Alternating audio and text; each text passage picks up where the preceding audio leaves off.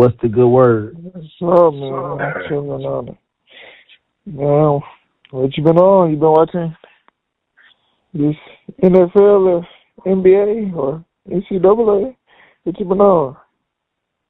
Well, we got Thanksgiving coming up, man. We got a lot of good, greedy football coming up. We about to get our kitchens prepared. We about to get our spirits prepared for this good sports. Big reaction coming off this weekend, man. How about the Cowboys, man? Coming back against the Eagles, down 21-0. What that is? Man, I had turned the game off. The Eagles were up 21-0. And here comes Dak Prescott. Here comes George Pickens. Here comes That's all I Lamb. heard about was Pickens. I heard CD dropped about 5 or 6 passes. I mean, it's almost like Dak Prescott has he's almost in total control of the offense with them two receivers. Dak Prescott looked like Dak Prescott of Mississippi State. It really looks like he's playing running every day. Well, I'll even say that. He got it out there. He's making it look like college football out there. And matter of fact, let's bring that even to a bigger conversation across the NFL. What's up with these NFL scores this year, man? Hey, nobody. It's only like 2 or 3 defenses out of the league, out of the whole league that want to play some defense. Everybody else, they're like, either you can run by us or the referees that's help what us out. We've been seeing some people we've been seeing a lot of speed and a lot of greed this football season. But we ain't been seeing no hits.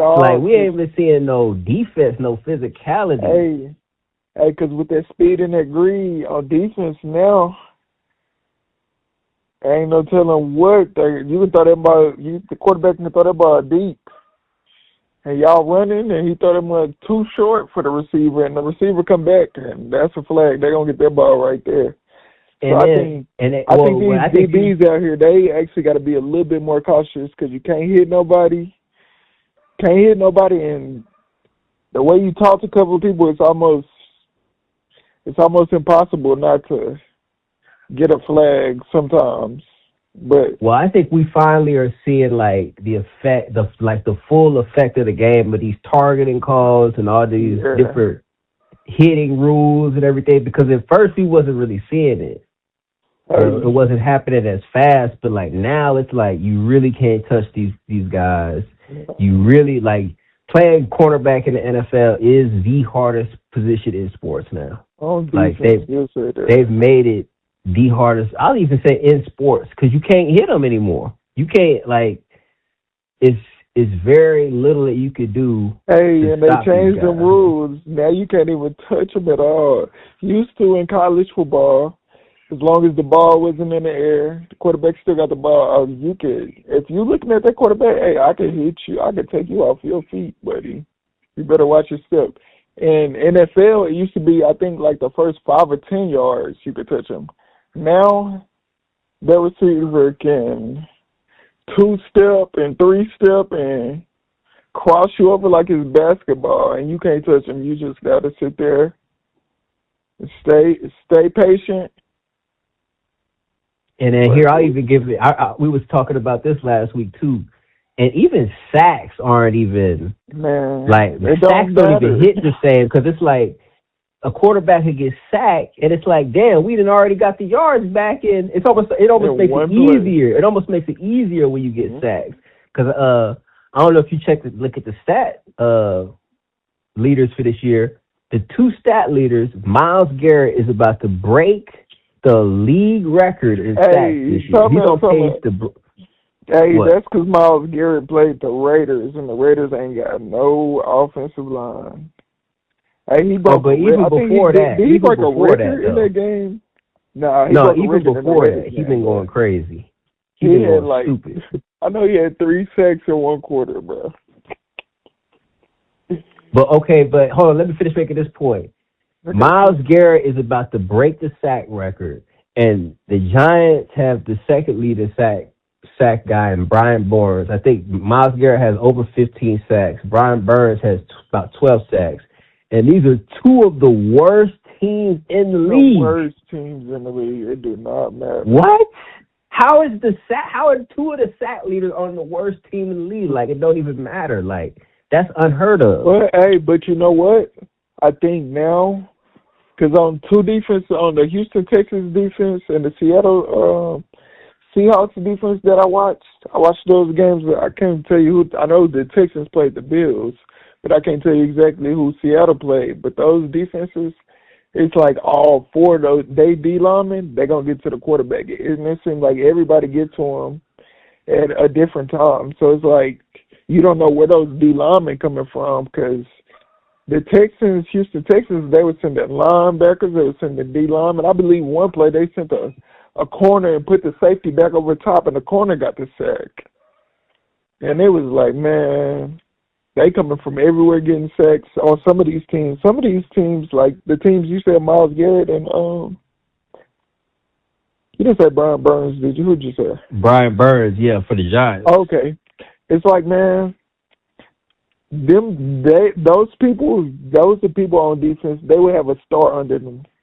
That's like the people you gotta watch for, like strictly. Like if he over here, we probably ain't running the ball over here, or we're gonna have 3 or 4 people going at him. But man, I think it is crazy how the teams with the most sacks still are maybe the worst team in the league, worst teams in the league. And then speaking of the Browns, well, we already talking about the Browns.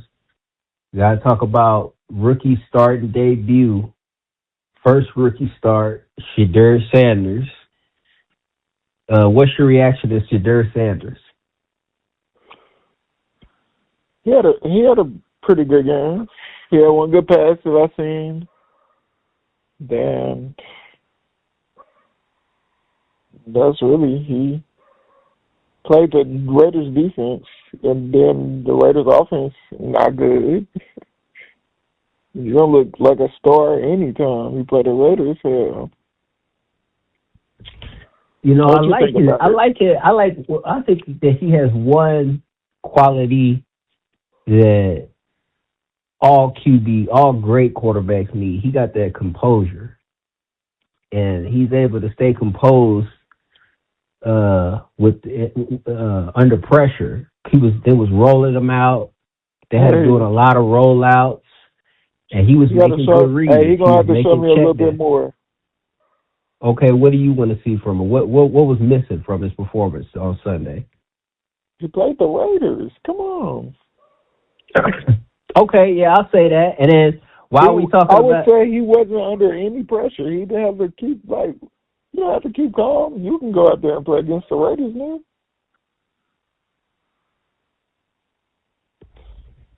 But yeah, I do believe he does have a certain type of comfortability.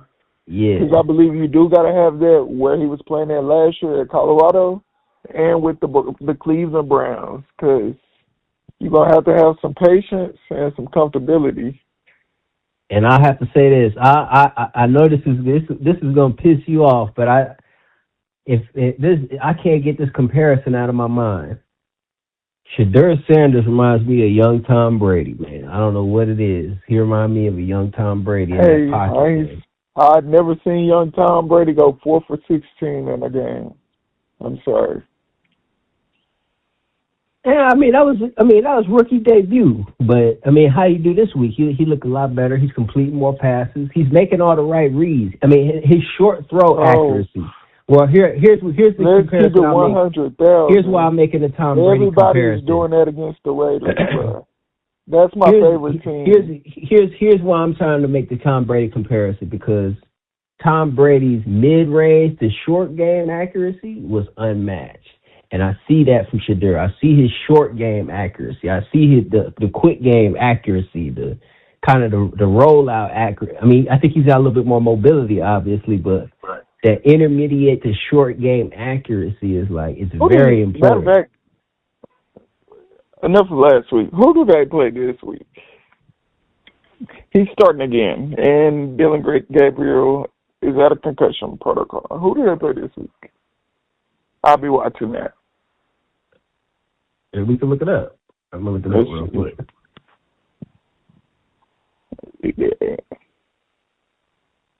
Yeah. Time out. Did you see how quickly the Raiders and the Giants fired these coaches after this game? Oh, the Giants been fired their coach. They fired the coach the other day. The defensive coordinator. Man, that's what I was saying. Like, the Giants invested all that money in that front seven, and they can't. I mean, they don't know how to use. They can't stop. They can't stop anything. They can't stop the. I mean, well, it's like they're getting sacks, but they're still able. People are still getting first down. They're still scoring touchdowns. The secondary is atrocious. Like, that's the problem. If your secondary is atrocious, they're gonna throw the ball, and then you're gonna think they're throwing the ball, and they're gonna run the ball, and they're gonna do that consistently. I mean, it's almost like even if you got a good secondary, I mean, I don't even know what it's almost like who a new NFL. Huh? I said, who even has a good secondary, really? That's what I'm saying. Like, it's to the point now where I'm not even seeing, like, I can't even think of, like a real, like where's the Ravens type defenses or the Steelers type defenses or the old 2007 Giants type defense? I'll tell you what it is. When defense or when the NFL lost physicality on the defensive side, away went how defenses could even approach. We have to change our. I say we as defense, but defensive players, you have to change your whole way of how you do anything on the field. You can't cover how you used to cover. You can't hit people how you used to hit them. Shoot. So I feel like, man, offense is just like you got shooting guards and small forwards on the field everywhere, and they just and speaking of defenses, you know who got my defensive coordinator fired? That damn Jahmyr Gibbs, man. That was probably one of the craziest rushing performances I've seen in a long time. 15 carries, 215 yards, and a bucket load of touchdowns. Like, 60-yard push. After I saw that, I was like, somebody honestly had to get fired after that game. But you get that type of performance. You talk about Jameis Winston. You get that type of performance. Jameis Winston then caught a touchdown. He then threw 3 touchdowns. He only threw 1 pick, but that you just got to factor that in with Jameis Winston. He gonna throw him a pick, but he scored over 30 points. What else can you ask for, Jameis Winston? That's on the defense. Don't throw that pick at the end of the game and give it away. But that's a given. You know Jameis is gonna throw him a pick. Hey, throw that bitch in the first quarter, not the fourth. Yeah, I feel that, but don't let Jahmyr Gibbs run through your defense like he's. Hey, but let's be honest. In a video game, against anybody defense, bro. He just once you let him get 5 yards down the field, it's almost like, bro, if you blitz somebody and he get 5 or 10 yards down the field, say goodbye. Just go on and get your field goal unit ready and your field goal block unit ready. He probably taking that to the house. Well, it's almost like the NFL, they're going to have to redefine defense at this point because it's like all the old ways ain't even working no more.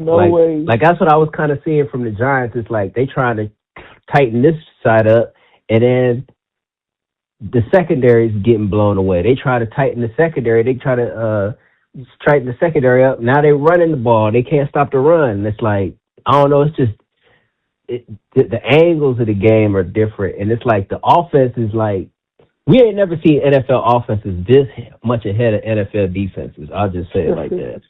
We ain't never seen it like this. Because like you said, usually you get a sack or something on first or second down, oh, you good. Because you know they got to throw the ball, and you can't do nothing. But send them receivers out, and the secondary and the linebackers know we throwing that ball on second or third down. Boy, you get a sack on second or third down, and they run the first down back. Or they get second down, you might as well. Then go ahead and move it on to this Thanksgiving week. Lastly, with the NFL, is there anything you want to see coming up this Thanksgiving, Turkey Day? I know you want to see the Cowboys get their ass beat. Anything besides that? I would love to see the Cowboys. Pat Mahomes come back to Texas. Shout out to Pat Mahomes for being for East Texas. I would love to see him come back home and make all these Cowboys fans upset again. Ooh, Packers and Lions, that'll be good too. That's gonna be a good game. I don't think anyone. I mean, I like the Lions right now, man. I like the Lions a lot. I thought the Packers were. I didn't think the Packers were as good as they were. I thought they had lost a couple more games, but the Packers, I guess, are pretty decent too. No. Yeah, I know they usually be in games. I wouldn't. Yeah, they're 7-3. Okay. The Packers are 7-3. The Lions are 7-4. So this is a big game for them. But go ahead and move it on to. Let's go ahead and move it on to take a trip to the NBA. We got a showdown in Los Angeles tonight. Lakers versus Clippers. What you thinking about this matchup we got in Los Angeles tonight? Well, as usual, I hope it go one way. Hope the Lakers do what they're supposed to do and win the game. Hope we get to see a little bit more Jackson Hayes. And as far as the new Laker lineup, what are you thinking about this new Laker lineup? What's the new Laker lineup? You got to tell me who that is. What that is. Okay, starting at center, DeAndre Ayton. Guard, Reeves. Guard, Luka. Power, Rui. And LeBron.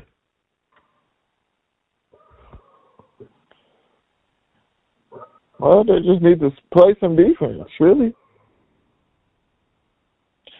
That's all I want to see them play defense the whole game. Because they let teams stick around to the end of the game. I think that's going to be the biggest thing with this Lakers Lakers team this year. It's going to be defense. I think you kind of said it right there. It's going to be the defense. Is LeBron going to be able to keep up on the defensive side of the ball? Is Austin Reeves going to be able to keep up on the defensive side of the ball? Austin Reeves and Gabe Vincent, where we had to throw in what's 36? I forgot his name. He was on the Lakers before. He just came back. He had Marcus Smart. Yeah, we might have to throw Marcus Smart back out there. He can. Hey, sometimes he can get a bucket if we need one. He can hit a three or get to the hole. And you know what? I like that matchup tonight against James Harden. That's going to be a good look at the future for us because, man, you know what I'm going to be looking for? What? I'm going to be looking for what Luka do on defense because I believe they got James Harden on offense. Then they got some younger guys. Then they got Zubac. Zubac just had a 30 and 15 game the other day, I think. So I want to see what he gonna do because everything's going good. On the defensive side, just because we haven't had a problem on offense this year, last year, but our thing has been defense. I know this is going to piss you off, but last year we got put out because of our defense. We let Rudy Gobert get about 50 rebounds and. Well, we got DeAndre Ayton. DeAndre Ayton should have something to say about that. And I like how he played. I need him to be consistent. I think he's been consistent this year. You don't think DeAndre Ayton's been consistent? I feel like Jackson, when we bring in Jackson Hayes, it's a little bit more consistency. I think that Ayton, he has a more well-rounded offensive game. And I think Jackson Hayes might have him on the defense a little bit, but I think DeAndre Ayton has him on the offensive side. I don't know how you feel about that.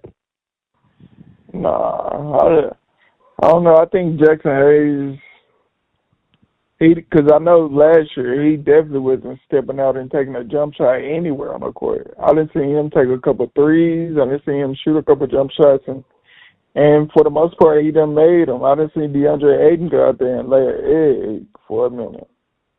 Then he'd be a defensive liability, but I mean, it's 20 games into the season. You can't really just. We're still seeing how things working out. So hopefully. Well, I'll say this. Who's gonna give you? Here, I got one question for you. I got one question for you about Jackson versus DeAndre Ayton. Okay, who is going to give you a more consistent 16 and 10? Because that's what we need from them. 16 and 10. Who's gonna give you the more consistent 16 and 10? Whoever's starting can get 16 and 10. Both of them going to get to the hole. Who's going to make that free throw? If you had to choose one to be more consistent with it, to say, okay, I got 5 games in the next couple of weeks. Who's going to come give them a 16 and 10 in as many of the 5 as possible? Jackson Hayes, I would say. Luke and them actually try and get him the ball. Everybody on the court, when he set a screen, anybody got the ball and they ask for a screen that Jackson Hayes come up, they're going to try and get him the ball. At least 75% of the time, if not 50. Well, I see what you were saying, but too, I see that Jackson Hayes could come in and bring. I think Jackson Hayes to me is more of an energy guy. Like he comes off, and if his energy is right, then he could go off. But sometimes his energy is kind of maybe just because the way they be treating him. Sometimes he just comes in kind of flat to me. It's like, it's like I know what you're saying because he does come in. He does come in with just with the killer instinct sometimes, but sometimes he comes in and it's like, I think I don't know. But DeAndre, I feel like then you could say they play the same then because DeAndre Ayton will come in and just sometimes they put him on the bench. Okay, I'll say this: DeAndre Ayton, he come in kind of a little bit mellow, but his mellow is like a little bit more steady, Jackson Hayes is more fire and fury. He more. But Jackson Hayes also doesn't get the ball, doesn't have the ball in his hand as much, and then he's coming off the bench. I'll say that. Yeah, you could say that too. Because the games that I've seen him, Jackson Hayes start, and when DeAndre Ayton got hurt the other day, he came in and did what he was supposed to do.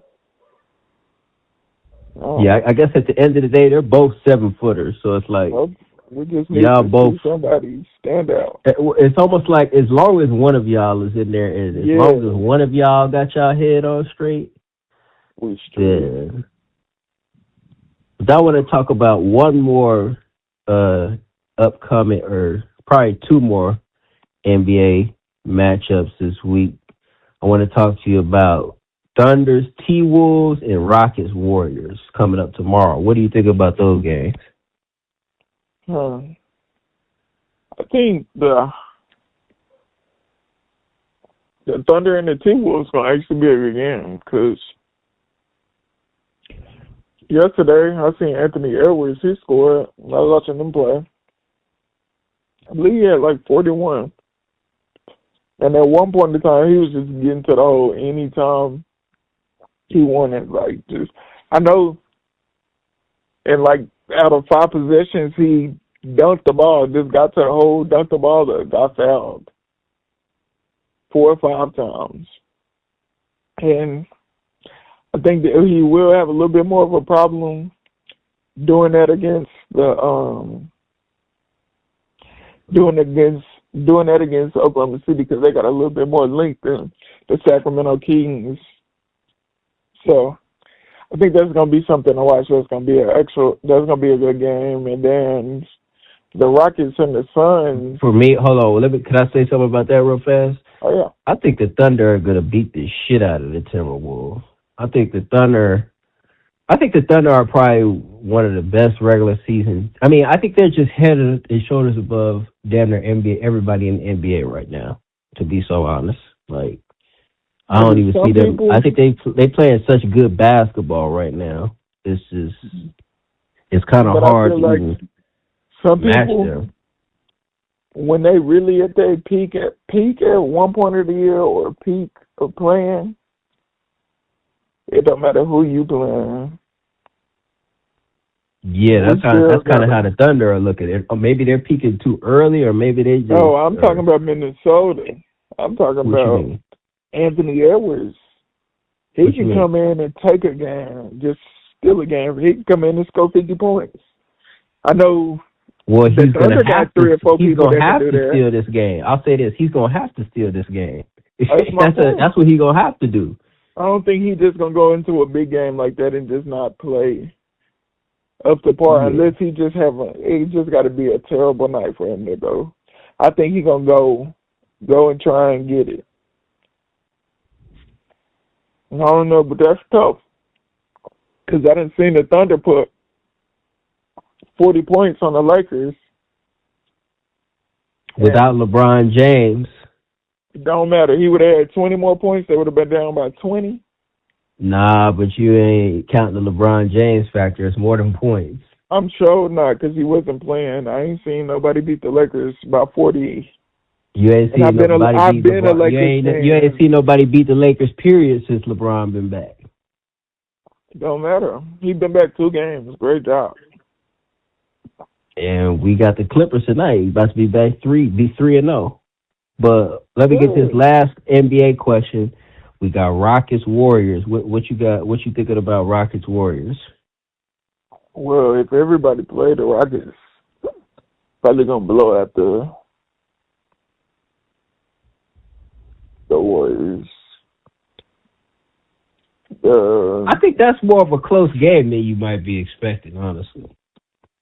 What have you heard about the Rockets this year? Have you heard about? I watched them. They're nasty. They're just a bunch of. They're like the damn Frankenstein. They're like a Frankenstein team or something. Yeah, and the other day you told me Steph Curry and them ain't looking too hot at all. I seen Steph drop 30 a couple nights in a row, but I don't think he's gonna be able to do that against the Rockets. I think I don't know. Something about me, it's like whenever the Rockets defense all around is good, and they could do that the whole game. I love Steph Curry, but he's gonna need a break sometime. I didn't see him. But I think that the Warriors kind of got people to match with Jimmy Butler and Gary Payton. I think they kind of got a lot of.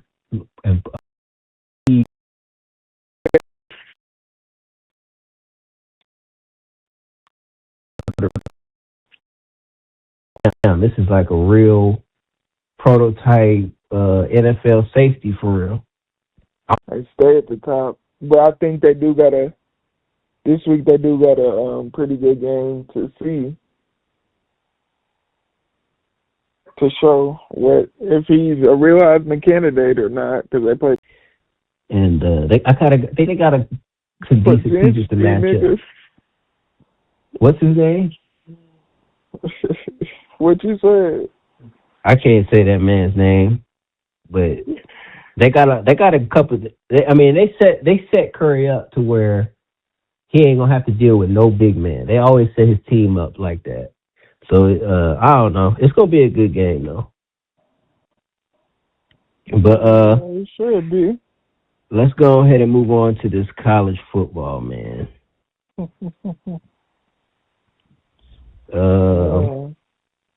Let's just set it off like this. What players are standing out to you in college football? Give me some of your maybe Heisman candidates, or if not a Heisman candidate, some of the people that you just see standing out this year. Well, I don't know too many of their names because I don't be just watching for names. But I believe those receivers from Georgia, they're really good right now. And then the quarterback, as much as I really don't care, the quarterback from Ohio State, he's probably really high. I believe he might be the leader. Because I don't think people would just think Ohio State was going to blow through the people they have, how they did. They stay at the top. But I think this week they do got a pretty good game to see,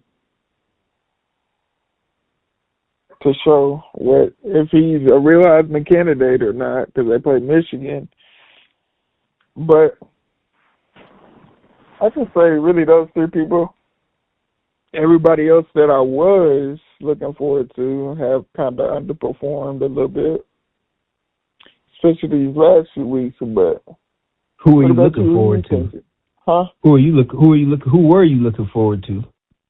Well, at the beginning of this year, I'd say Arch Manning, but as much as he underperformed for half of the year, he definitely not on it.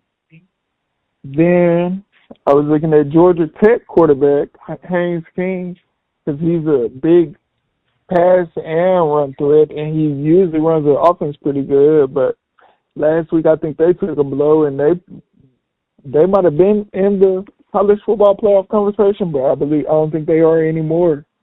Because I think he had a couple turnovers, and they lost the game. But also the receivers from Texas. I mean, you can't have a mediocre playing quarterback and have a standout season like he should. So I think they haven't been allowed to have the best season. Yeah, for me, off the top of my head, the one player I've been looking at that is like really just stood out to me is a defensive player on Ohio State named Caleb Downs, safety for Ohio State. And I'll say the one thing that separates a safety from me is those safeties that can make those plays behind the ball. Because at a quarterback position, that's always like, damn, or that's something that always catches your attention. Like maybe you shedding a block and the safety's beating you to the sweep, or he's beating you to the screen, or it's like, damn, he sniffed that out, he snuffed this out, and now he's going in the A gap and sniffing A gap shit out. And then after I started keeping kind of his pursuit to the ball, I was like, okay, can he cover? And he could cover his ass off too. He's always in good position over the top of the receivers. He's reading quarterbacks well. And it's like, damn, this is like a real prototype NFL safety for real. I don't know if you've watched much of Ohio State, but definitely a standout. I would think so too with him. And I like what you say. But I think something else makes him different than everybody else. Because for me, from my point of view, playing safety, when you're supposed to be able to get down there and get in the trenches or get down there and make tackles and stuff. My deal is, if you was really as good as these cornerbacks, they would have you down there covering everybody instead of. Yeah, I believe it's good to get down there, make plays behind the line of scrimmage and all. But me, sometimes I think, especially the strong safety, they supposed to be down there like that. That's your job. The free safety is more of the faster guy, the guy who can cover the field. Well, that's the thing. Like, I thought he was a damn linebacker because, I asked Chris the thing. Like, I see like a lot of safeties that go down there, but they don't make plays down there or behind there. You know what I'm saying? It's like you're there, but you just making plays like a pedestrian. You ain't because when a safety goes in the box, he has a little bit more freedom. So it's like, are you using that freedom and playing safe with it, or are you using that freedom and actually kind of going above and beyond with that, where you earning more freedom and it's damn near like you damn near like calling the plays and you know what I'm saying? Kinda, but what do you mean the safety has more freedom going down into the box with the linebackers? Because I don't see that. Like a safety, maybe it's just because they're a little bit faster in the box, but it's like a safety doesn't have as much. They still got run fit, but maybe they're not as quick to trigger on the run as a linebacker would be. They still are like in the box, but kind of pass first almost in the box. Not, I guess you can't be in the box and be pass first, but well, that's why I think the difference is between the free safety and the strong safety. The strong safety is like your extra help for your linebacker, so his job is a little bit more downward towards the line of scrimmage. The free safety, I believe, that's your coverage, that's your safety. So he has a lot more freedom. So, but that once you put that strong safety in there in the box with them, they have to be more punctual. Like, if you got to know, I don't have this freedom to just be behind these linebackers no more. I got to really move to get to the line of scrimmage or get to the outside or something. Okay. I see what you're saying. Well, I say this, like, a lot of safeties, they don't playing like linebackers. Like I said, when I thought he was I thought he was a linebacker. They don't go in that. They don't go in that box and play like a linebacker. You know what I'm saying? That's what I mean. Type of deal. This fool's going down there playing like a real linebacker, you know. Hey, that's what I want to see. Who gonna come in that box and hit? And that's what I guess that's what makes him a standout type shit.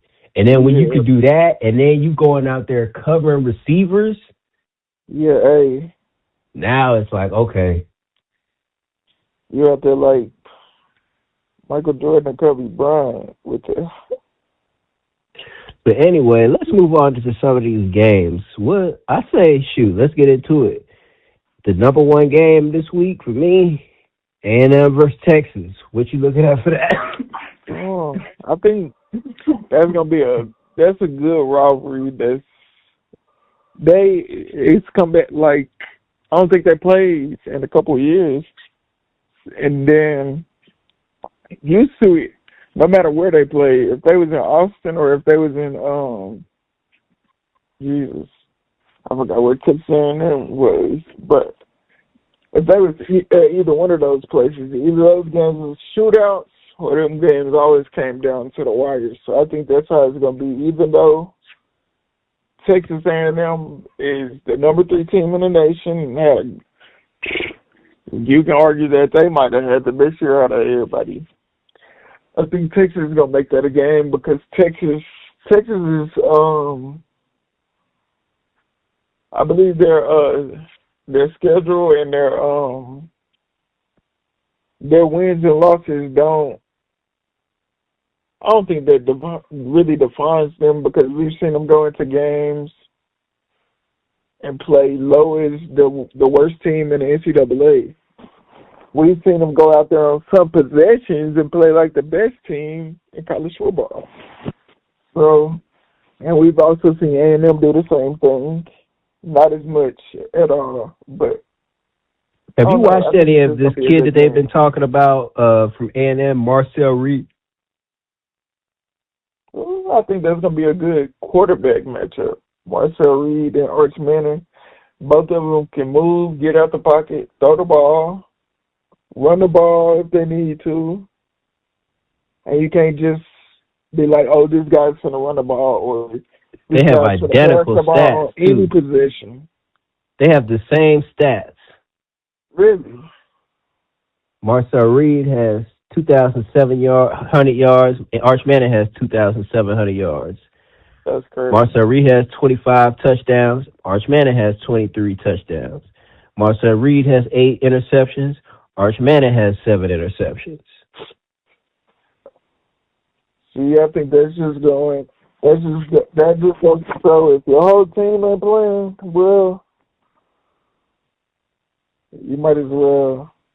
It's gonna be a good game. I think this is gonna be the this is gonna be. I think this is gonna be the best version of Texas. I'll say that because they finally. The defense has been there all year for me from the jump. The defense is, except a couple of games. I think Florida they had a breakdown, but for the most part, the defense done brought it. It's up to the offense to catch up. So it's like to keep up with it. Is Arch Manning gonna be able to finally keep up with the defense? And if they do that, it's gonna be a good defense. And if they do that, I think it's gonna go down to the last man, basically. Hey, I think A&M defense better watch out because he hot right now. He scored 6 touchdowns, and he broke the Longhorns record. He caught one, ran one, and threw one. Well, he got the real test this week. He played Arkansas last week, so I wouldn't be putting that up there with anything too special. Hey, but I bet you practice ain't how it was last week or the week before that. I bet you they're gonna be turned up.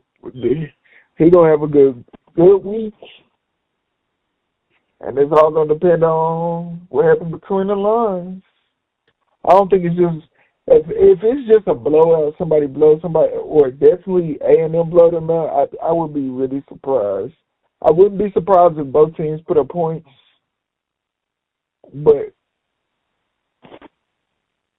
I would be surprised if somebody gets blown out. I'll say that. I believe it's going to be a good game, the best version of both teams. Because they both had a pretty much off week where I'm pretty sure, well, Texas probably had to play the whole game with their starters, but I know A&M, they played Sanford, I think they was like 40-something to 0 at halftime or 6. Not nothing at all, and they had a good week, so, I mean, I factor everything into that, especially the big games, especially at the end of the year. I think it's going to be a good week of rivalries. That's going to be the one to pop it off. There's some other good games, too. Moving on with rivalry week, we got Ohio State versus Michigan. What you think about that one? I know you know a little bit more about that one than I do. How you feeling about that one? I mean, Ohio State has kind of had a cupcake schedule after the Texas game. We thought Texas was gonna be good this year. They turned out pretty good, but they still mad.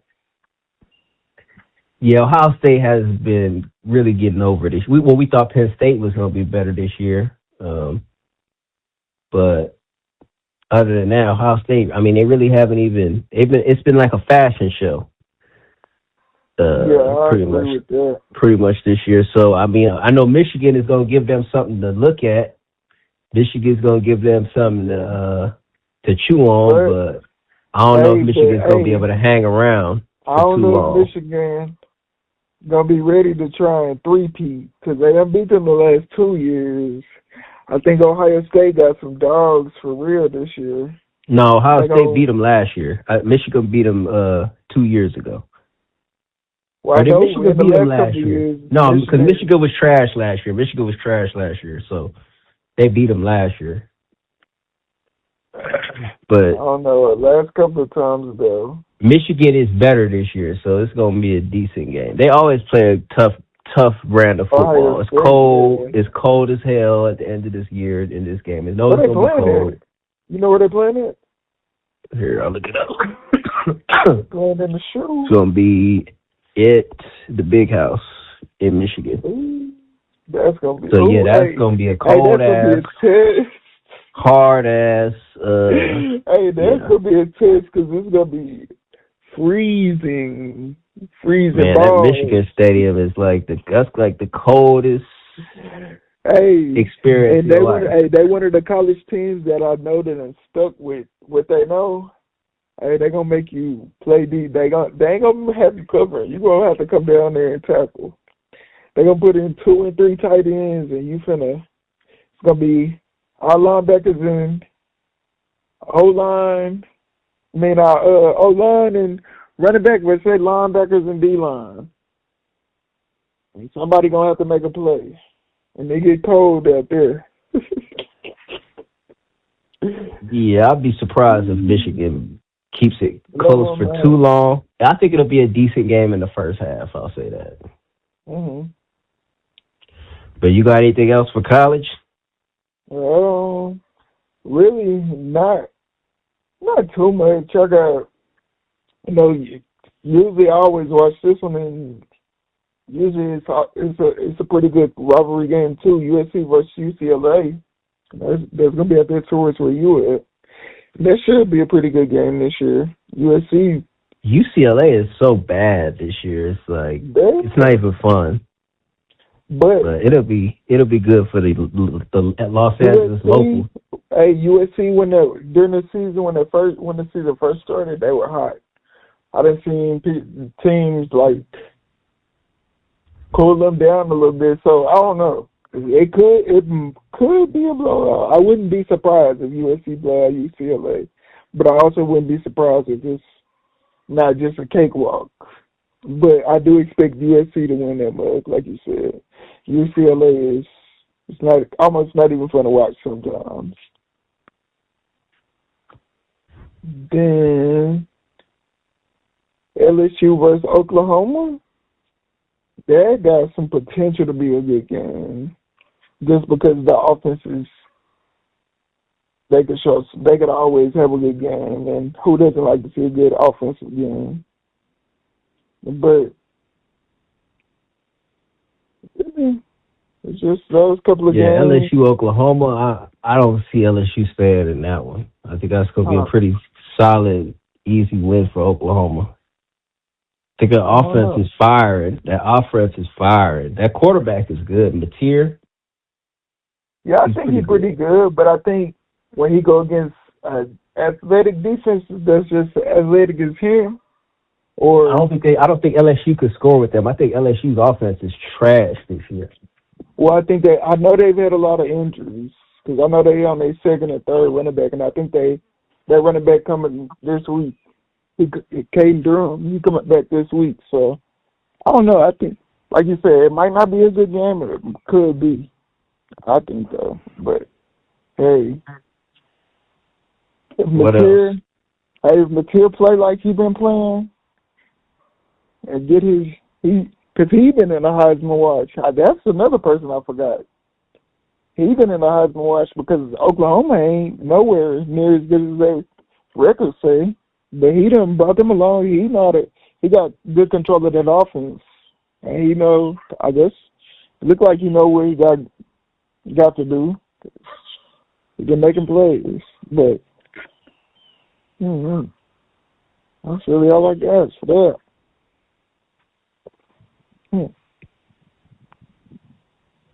And that's all I got for today. You got any other sports? Any last thoughts? No, I can't even think of anything. I hope y'all get something good to eat this week. Much thankfulness. Much blessings from the East Coast to the West Coast to the South, baby. Get y'all some good presents. It's Black Friday. Gonna hit them sales. Run it up on everybody. Put on about 10 pounds. Until No, I'm talking about the prizes and stuff. Go on and run up themselves until they ain't got nothing. I'm talking about the food. I'm talking about the yams and the greens and the fried. That's what you better be getting. The fried turkey and the mac and cheese. We don't fry them. We smoke them mugs out here. Carrot casserole. Carrot casserole. Never had that before? No, sir. What is that? It's like some sweet carrot casserole with it's like powdered sugar on top. It kind of tastes like candy yams, but it's like carrot casserole though. It's pretty good. Oh, so y'all putting sugar on vegetables. What else? You fuck with cranberry sauce? Sometimes I really got to be in the mood. I really take a I get a taste for it. Once every couple years, I'll be like, let's put some cranberry sauce on that joint. Cranberry sauce on that joint. I know I'm gonna give me some good dressing. I'm gonna need three or four different kinds. I'm gonna have some seafood dressing. Some regular dressing. I don't like dressing that much. I don't really like stuffing like that. Maybe I just haven't had the right. Maybe I just haven't had the right stuffing because I ain't never had a stuffing that was a hit. Well, I don't think stuffing and dressing is the same thing. Oh, I thought you said something about some stuffing. I'm like, damn, I don't like all that stuffing and all that. I don't know what the hell stuffing is. What is that? Where they put that cornbread shit in the turkey? No. Okay. I'm good on that. Well, man, if that's all we got, man, big blessings. Happy Thanksgiving, man. Hey, 3, 2, 1. A Source of Podcast. This been Jabari Butler. This been J.R. Hall. We out. Out this month.